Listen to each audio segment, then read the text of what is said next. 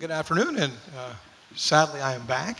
Okay, so we've addressed a couple of topics. Obviously, we covered macro in the first couple sessions. We talked about the market. We've talked about some of the regulatory, and then depending upon the breakouts, could have been alternative investments, could have been listed. And throughout all of that, one theme that's become a lot more important in Vietnam and certainly globally has been ESG investing. And as we've talked with existing clients and we've talked with prospective clients, most of them were like, hey, this is great, ESG investing is great, it's kind of made it to Vietnam. Others have said, has it made it to Vietnam? Can you do ESG investing, or can you integrate ESG in a frontier market like Vietnam? And so we created this panel, and we've got people from different backgrounds to kind of share different ways of looking at this. So to my immediate left is Meg Lawson. Meg is from ERM. We'll introduce ERM. To her left is Tam Huynh, who's the CEO of Vinh Hoan Corporation, or VHC. And then Andy Ho, our Chief Investment Officer, who's been really incorporating ESG into the process for some time. So with that, Megan, I'll start with you. First of all, maybe explain kind of who ERM is and what is your role kind of in the ESG world and kind of what you think about ESG investing in Vietnam. Okay. Firstly, thank you for the opportunity. I'm really pleased to be here and participate in the session today. So who is ERM? For those who don't yet know or have heard of ERM, we're the world's largest pure play consultancy dealing with sustainability. Okay, so we are not an engineering firm, we're not an accounting firm. All we do is provide professional services in the sphere of sustainability, whether that be environment, social governance, whether it be social, human rights, technical risk and safety. ERM itself is 7,000 people worldwide. Country manager here of our 45-strong team here in Vietnam and in 140 countries. The interesting aspect perhaps to this audience would be that ERM is majority owned by KKR. So we're very much living and breathing and embedded in private equity and the investment sphere. And the portion of ERM globally that's not owned by KKR is owned by ERM partners, such as myself, of which there are about 700 globally. I think last year when KKR bought into ERM, it was valued as a business just under $3 billion. I should borrow money from you. Okay, so we'll come back to you in a bit about terms of the companies that you engage with and what they're looking for. Tim, over to you. What is VHC? I mean, it's a very well-known company within Vietnam, with most of the audience here coming from outside of Vietnam. They may not know it. So explain VHC and then maybe introduce some of the things you're doing from a sustainability perspective. And then tell me if you want me to go to the slide. Good afternoon. VHC stands for Vinh Hoan Corporation. We are a leading fish company in Vietnam. What we do is farming and processing fish into frozen fillets, and we export. More than like 90% of our revenue is export. And the name of the fish is Pangasius or Basa. So just for people who are not very familiar with the fish, so you can try to search for the fish. Yeah. So here we put a picture because during our prep call you kept using the word aquaculture. Am I saying that correctly? Yeah, aquaculture. And I knew kind of what aquaculture meant, but I couldn't really. I just think that's a much better way. So maybe kind of walk us through the slide. Yeah. It is fish farming, and this is a picture of one of our farms. So as you can see, it's a line of fish ponds. The green square ones are the fish ponds on an island where we can take in the water for fish farming. And that's it. And we feed the fish every day. That's, I guess, some type of sustainability, but we'll come back. Andy, so as someone that's been doing private equity in Vietnam for over 15 years, you've talked about kind of how, you were doing ESG before ESG was certainly the letters that we're familiar with now. how do you think about ESG investing, particularly when it comes to your private equity deals? Yeah, thanks for that, Eric. We have been practicing ESG for quite a while now with the help of ERM. And obviously the E and the S and the G are applied at different levels and different priorities, etc. But the big picture is that we feel that the more improvements we can see and work with in terms of working with the management, the more improvements that we can make, the higher the incremental value we can enjoy throughout the lifetime of our investment. So it's important for us to identify those weaknesses, and also very important to work with the management team, get their commitment to make changes, and as a result, over a short period of 3 or 5 years, enjoy the value increase because of those changes.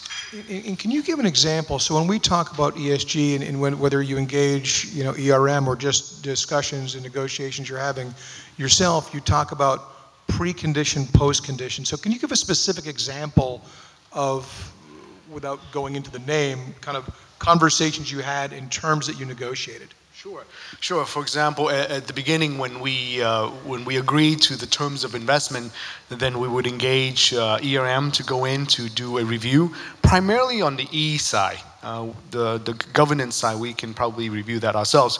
Primarily on the E side, and they'll go in and, let's say a hospital, we invest in a lot of hospitals, they'll review the treatment of waste in the hospital. And the treatment of waste there's a standard, there's a local standard, and there's an international standards. And so ERM would apply the international standards, but very sensitive to the local standards that they have in place as well. So the hospital can either be practicing local standards or not, or practicing somewhat between international and local standards. And then we sit down with them and say, what's important? So as an example, one of the hospitals we looked at many, many years ago, they were burning everything. They were burning all the waste. And then when our folks came in, we said, look, you can't burn everything. You have to separate the trash. You have to put the radioactive trash in one place and the ones with gunpowder in another place. Now, I'm just kidding, but there's different types of trash that you have to separate before you burn, and others you cannot burn. And because burning of trash literally means the results seep into the ground and into the river system, and so you have to be able to separate the two. And this is where ERM identify, hey, you can't do that. And they come back and say, well, no, this is the local standards. And well, the local standards is probably not right. Let's move it to the international standards. And so we've gotten them to agree. Now the key here is that, all right, when are you going to make those changes? And so the idea of a CP or condition precedent is you make those changes before we invest, or conditions subsequent, you make those changes after we invest. But hang on, if we invest already, what's the motivation for you to make those changes? Well, if you don't make those changes as you promise in a condition subsequent, then you would breach what we call a shareholders agreement. It's interesting, for those of you that attended the VOF session, so much of the negotiation was really about negotiating downside protections, but I think this is another great example of where you're able to negotiate things that are not necessarily financial oriented. There's obviously benefits. So, Tom, turning it over to you. So, when you think about the sustainability component, were there catalysts that moved your company forward? What were the different motivations? Was it shareholders? Was it leadership? Was it clients? Was it technology? What kind of made this progress? Yeah, as a customer-centric company, we're very sales-oriented. So I can say that we started with E, when and where our customers demanded sustainability. And a few years ago, it would mean that we would have to have the certifications. To name a few, like ASC, Aquaculture Stewardship Council, or BAP, Best Aquaculture Practice.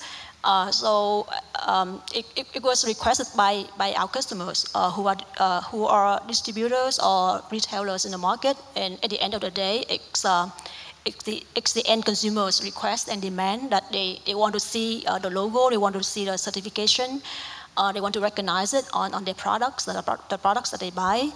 And then it came with the S, where our customers again requested like social audits, social compliance, and we are proud that we have been always the first company to meet up with those demands, like pioneering all of the getting all of the certifications and passing all of the audits by third parties and by our customers.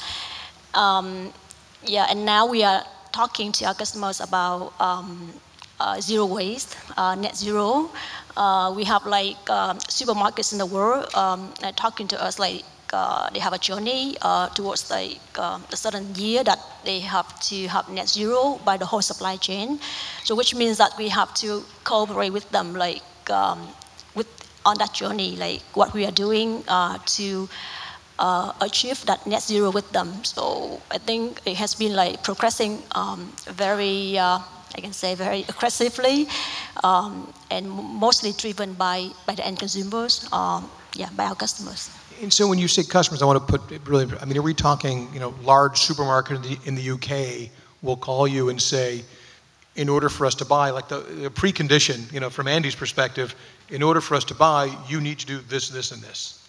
Yeah, the precondition is like we have to pass the audit, we have to have the certification, and then they like people like you said in the UK, like Tesco, Sainsbury's, they come like every 6 months for audits because they're not only relying on the certifications, but also by their own audits, by their own standards. And by the way, just to share with you, not only the environmental, but like supermarkets like the UK, they do care about animal welfare, and Tesco has a standard where our fish has to be slaughtered in a humane way, and the fish can be out of the water more than 15 seconds.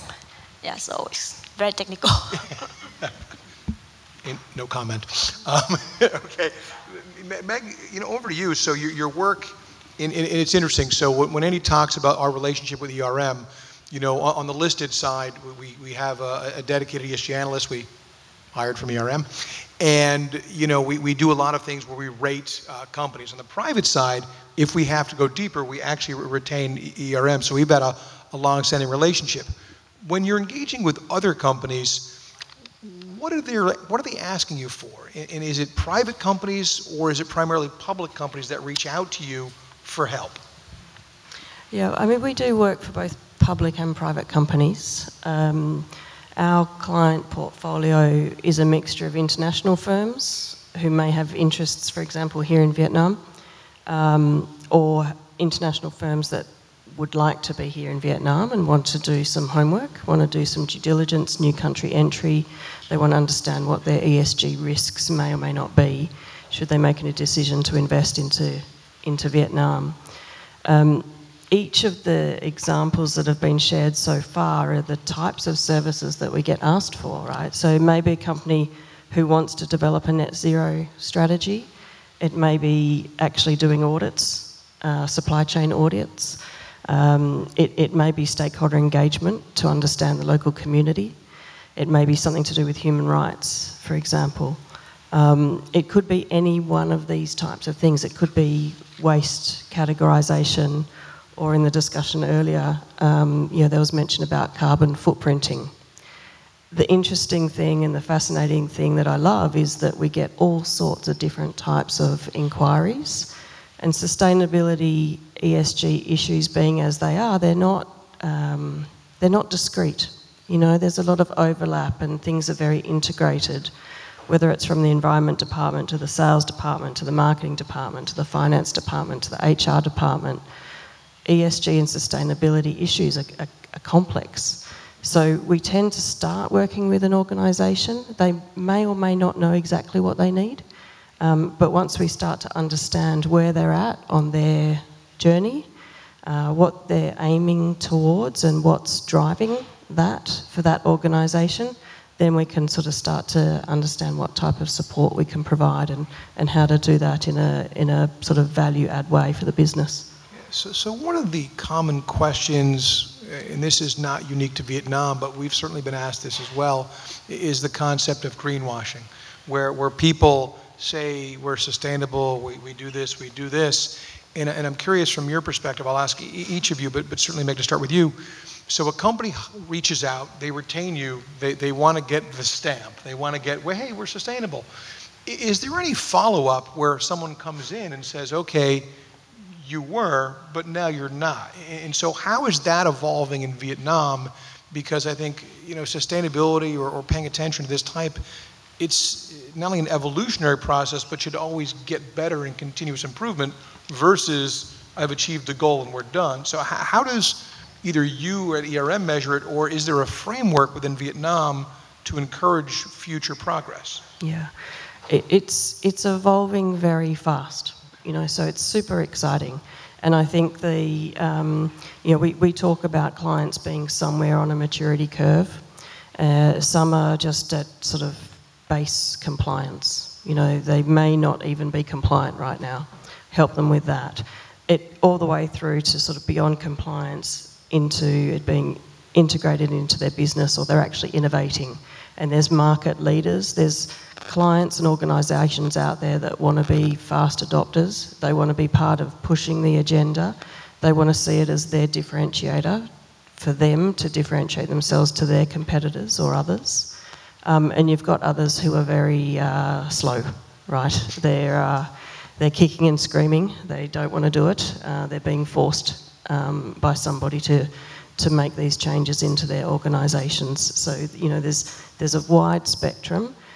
The good thing is that I always try to refer our clients to is that there are a lot of international benchmarks and frameworks. You can get away with a little bit of lip service. You may have something on your website, but it doesn't take very much for a person who knows what they're looking for to identify what real commitment there is, what depth of investment, and how much that company really wants to integrate, embrace, and be part of moving the agenda forward. And so I think the greenwashing can happen, and it can be very easy for a company to give itself lots of badges.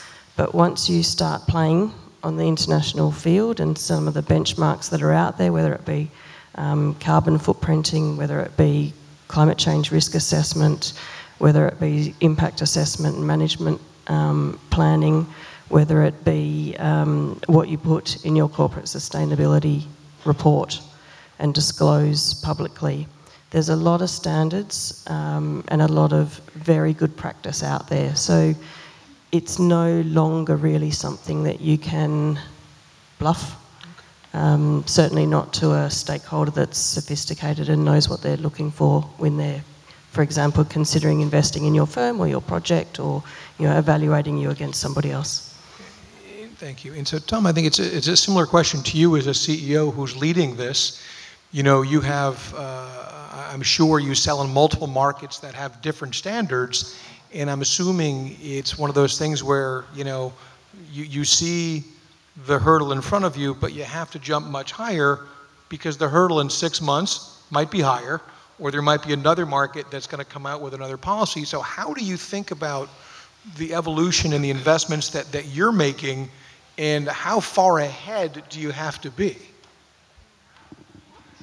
Yeah, I think going back to your previous question about how about like getting a certificate, a stamp, and then what's next? Yeah. So our philosophy is that we believe that sustainability shouldn't be a trade-off for profitability.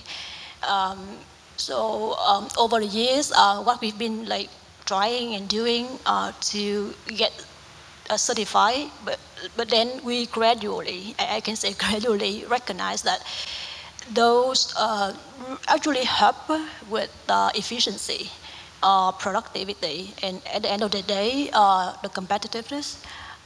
So we think that that's very important. That's a very important motivation, because if those are good for the environment, good for getting approved by the customer, and then also good for the company making profit and like being more competitive. So that's why with that in mind, it has been motivating us to like try new things, like different feeding styles or different farming technique. Going back to my example of human slaughtering.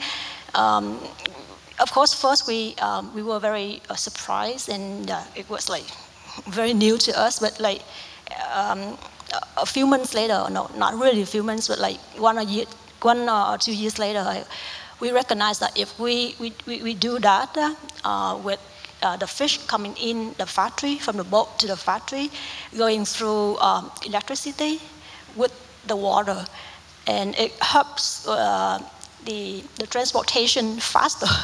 Yeah, so it motivated us to change from carrying fish in the basket to using a fish pump. So it really, yeah. So I was going to ask that, and it's leading me to the next question, which is, you know, what are the tangible benefits to kind of becoming more sustainable? And that's just one of them, which was it helped you create, you know, get identified and need it, you created a more efficient process. Yeah. Are there other tangible benefits? Yes, of course. We can like first we can sell at a higher price. Yeah.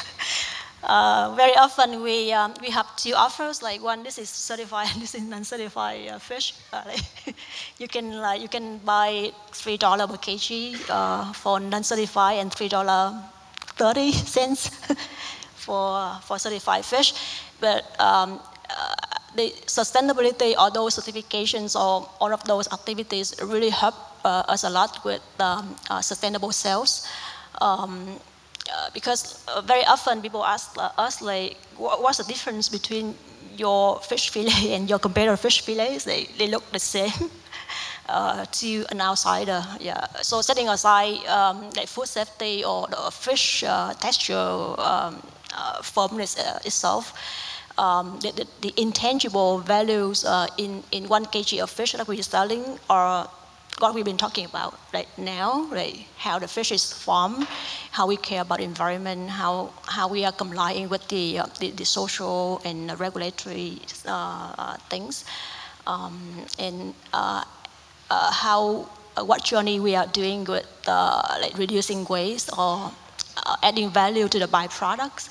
So all of those have helped us a lot with like keeping the customers like more willing to choose us and to pay us a higher price. Yeah. So it's a lot of tangible benefits. Yeah.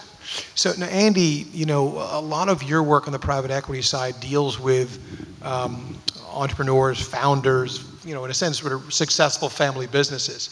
Is it different because you're oftentimes engaging with a founder who maybe from a different generation, you know, ESG might be important to their kids, but, you know, is it truly, am I making an assumption that it's a newer concept to them, or is this something that they are aware of and embracing, or do you have to convince them? Yeah, every situation is completely different. Every entrepreneur is different, and you're right, the younger generation may have a more impactful thought process in terms of improving on ESG matters. But at the moment, every sector is different for that matter. I think what's important is to be able to talk to the sponsor, the managers or the chairman or the board, and to convince them that doing these things will increase the value of the shares in the long run. And really, it's a simple conversation because what we try to do is break it down to 3 components. One is the process. The process is relatively easy. You can identify the process, what's wrong with it, and how do we improve it. The second is the capital investment. If you're building a building or you're building factories, are you building the factories in a manner that's sustainable in the long term? Did you put solar? Did you put the filters, the air filter system in a proper way so it's much cooler in the factory? These are the things that they may not know, and the architect design that we introduce or whoever brings it in have to think through. That's more difficult. And the third component that it's even more difficult is new technology, new ways of filtering the reuse of water, for example. In Vietnam, recycling water is very simple. They recycle the water and they put it in a pond and they throw some fish in there. If the tree and the fish lives, the water is clean. You reuse it, right? And it takes time. So then when we go to factory and say, yeah, this is a great way to do it, but how do we introduce new technology so it can hasten the speed in which the water gets filtered and clean? I'm sorry, it's not the same fish that you use, but it's meant to make sure that the water is clean. But introducing new technology is where we find it very challenging. So yes, we can do the process, but when new technology, new ways of doing things are introduced for efficiency or sustainability, we don't know it, and who's going to introduce it? So what we try to do is identify an individual or a person or a group within the company responsible for making sure that they're in compliance with a process that we've all agreed to. But more importantly, when we build a new factory or a new building or have a new technology, they fully understands the impact of that and how to introduce it into the business.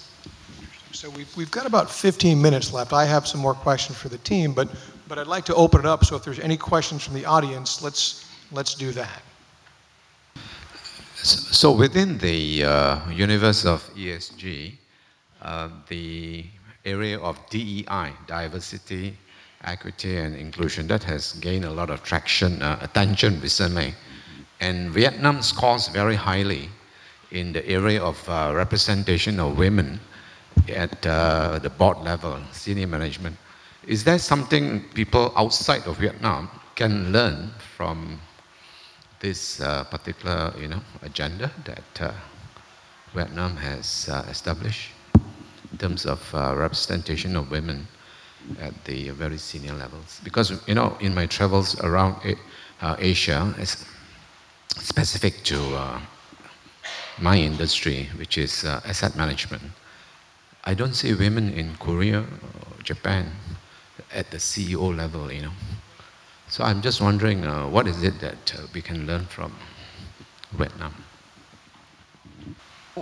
If I look within ERM even, and I look at some of our DE&I initiatives and commitments, we're in 45 different countries, and DE&I is very country specific in my experience. I think wherever there's good examples on any topic or KPI, then it's great for that country or for that sector to stand up and talk about it, and be a voice that other countries or sectors or types of businesses can learn from. So I feel as though there's a lot of really great forward-thinking examples that I see here in Vietnam. There's a lot of forums, whether it's a Southeast Asia forum or an APAC forum or a global forum, that it would be wonderful to see Vietnam continue to have, a really strong presence at, and a role modelling, so that those countries or organisations, the sectors that have not yet had the successes on those criteria that Vietnam has, they need to learn from that, for sure. Yeah. Actually, I was asked Thomas, a female CEO, to comment on that as well. Yeah. The question is actually not very easy for myself, because in our company, it's 70% is female, for the total employees, including the workers, and I think it's quite by default, so not by intention. And I think what I can say is to share what the comments that we normally receive from our visitors and customers. They're very happy, seeing many women in our factories, in the meeting room, and one of the reasons is that they I'm not sure about the other sectors, but in our sector, the buyers, they think that they can sleep better at night if they know that their fish are being farmed and processed by majority of the women in the factory, in the company, because they, farming fish and processing them into the final products takes a lot of details and small things. They want to make sure every corner of the factories the ceiling, the knife, the chopping boards, everything have to be in a good shape and very well maintained. And anything that they see which needs to be improved, they want to make sure that it could be done, it could be corrected. And they said like they believe that women can handle it better. So they kind of assure that every single kg of fish being shipped to them is very, very well taken care of. Yeah. And just to put a little bit more, one fact, and some people may already know this, but I'll just repeat it. We had written about this actually as well, is Vietnam has the second highest percentage of women in the workforce in the world at about 88%. I think Sweden is the only country that's ahead. So it's not surprising that given the broad participation of women in the workforce, that also at a CEO level, at a board level, there would be a high representation. In Andy's book, there's actually, he writes a chapter about actually preferring to actually invest in female-led companies as well. Was it preferring or just how would you answer that? Well, I guess all else being equal, if there's if a business is run by a woman and then a competing business run by a man, the probability that the business run by women will succeed and win is very high. But I think the issue here is fundamental to a few things, so we need to understand. One is, like Ms. Dum said, there's a set of requirements as CEOs and leaders that have to have. And a lot of those qualities are dominated by women. Being meticulous, careful, a balance between IQ and EQ.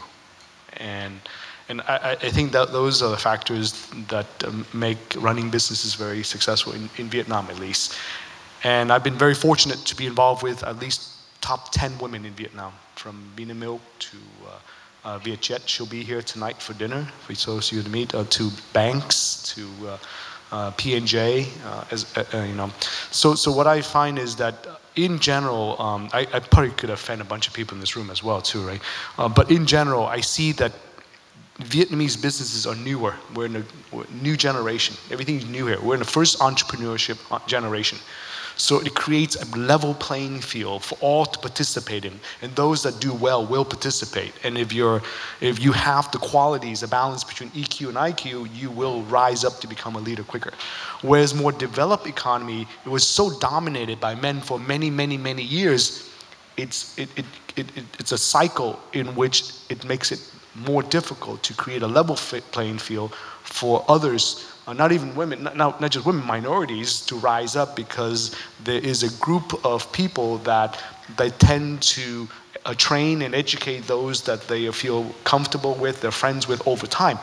And I think that in itself creates an environment that's more difficult for others to compete. I don't think it's just women, it's just different minorities as well.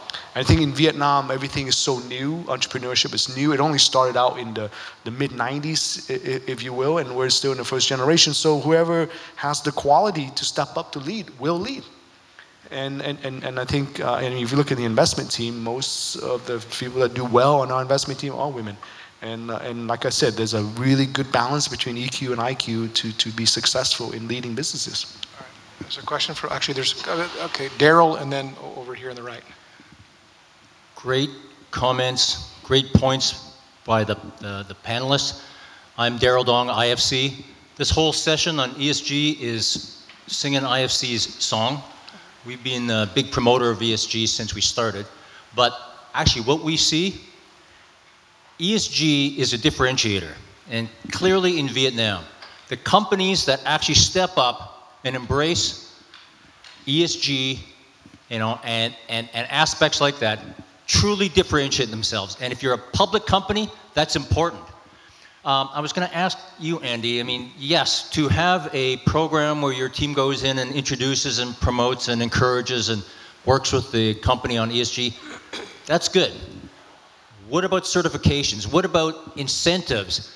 And I say this because we've seen that if you just say, IFC, if we've said, hey, you should encourage gender equality, the companies go, yeah, okay. But then we say, because we're going to certify you. There's an EDGE gender global certification that if we work together, you get this global certification, that goes on your public record, that'll in some way, shape, or form raise your goodwill, that'll create market recognition.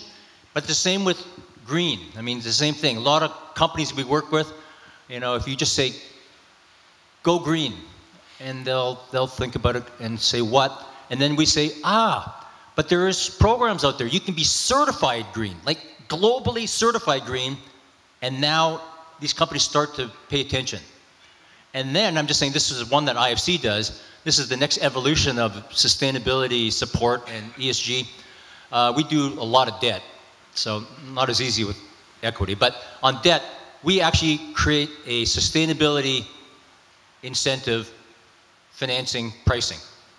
So we say, listen, we get it. We're going to help you on your journey. So we will set a plan with them, and as they move through the period and achieves those targets, we reduce their pricing. That's an incentive, and that helps the market. You know, it comes at a cost, but we eat that because we think it's quite developmental. But I just want to say, this is the right track for Vietnam. Because Vietnam, you're right, this is, Andy, this is the generation that is going to, you know, move to the next. They've never seen this before, so this whole concept is new-ish, and a lot of the companies are really local, so they don't quite get it. But the ones that do, you can see it. They never look back. They're the forward thinkers. They're the differentiators. They're the disruptors. Those are the ones that are going to win tomorrow. Thank you. And then we have a question. Thank you so much, Gerald. We have a question over here.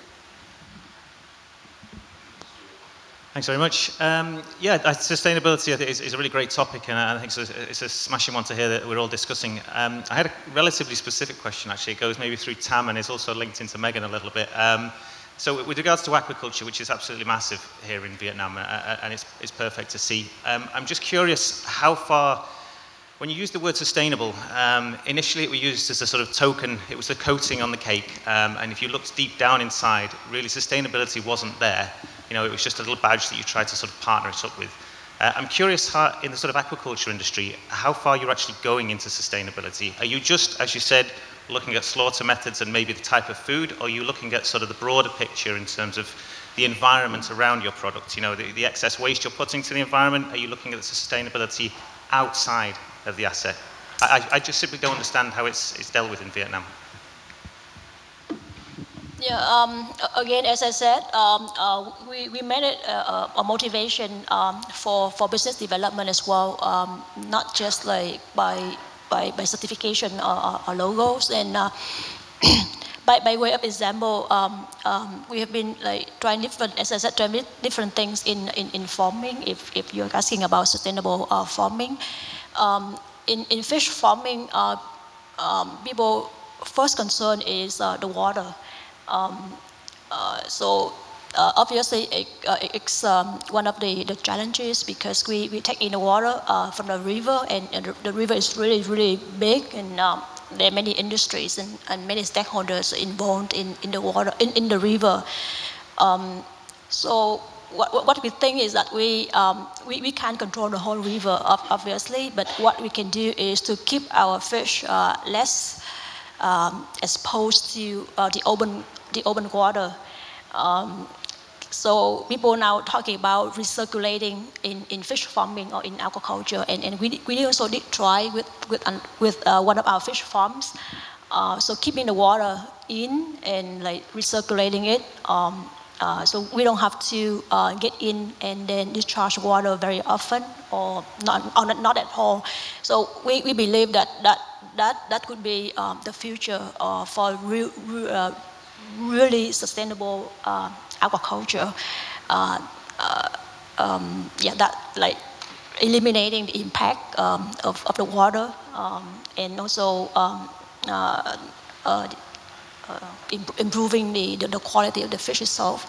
Or another example is the feed, and we're also trying different alternatives in feed ingredients, because we're also hearing the markets that people like, not really from our customers, but like people like you guys, talking about carbon footprint and feed ingredients. They transport it all over the world, and there's also a fish meal, which is why catfish, like taking a lot of diesel oil and things to get a fish. So we're now trying the alternative to the feed meal, like insect meal, or any other things that could be replaced when in the future. At the end of the day, to meet up with the commitment for or the journey of zero emission or zero waste. So yeah, just to give a few examples in aquaculture that we've been doing. So you look at it from a lot of angles. Yeah. All right, terrific. Well, we have time for one more question, if there is one. I know we have 1 minute. It's okay. It's an internal panel. It's the last one. It's okay. Is there one more question? Okay. From our ESG. This feels like cheating. It's our in-house ESG analyst asking a question to the ESG panel.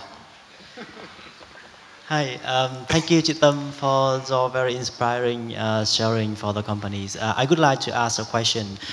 When you look at your current situation now, compared with what you were in the past, if without the requirements from your buyers, will you apply all of the ESG initiative in your company? I mean, without the requirements from the buyers in Europe, will you still apply all of the ESG initiative in your company? ESG, it has to do with the regulatory compliance as well. So I believe that a certain or at the minimum or at the standard, like everybody or business or companies, they have to comply first. Actually, before there was any certification like ISC or BAB for our fish, we already started with our own program called Green Farm.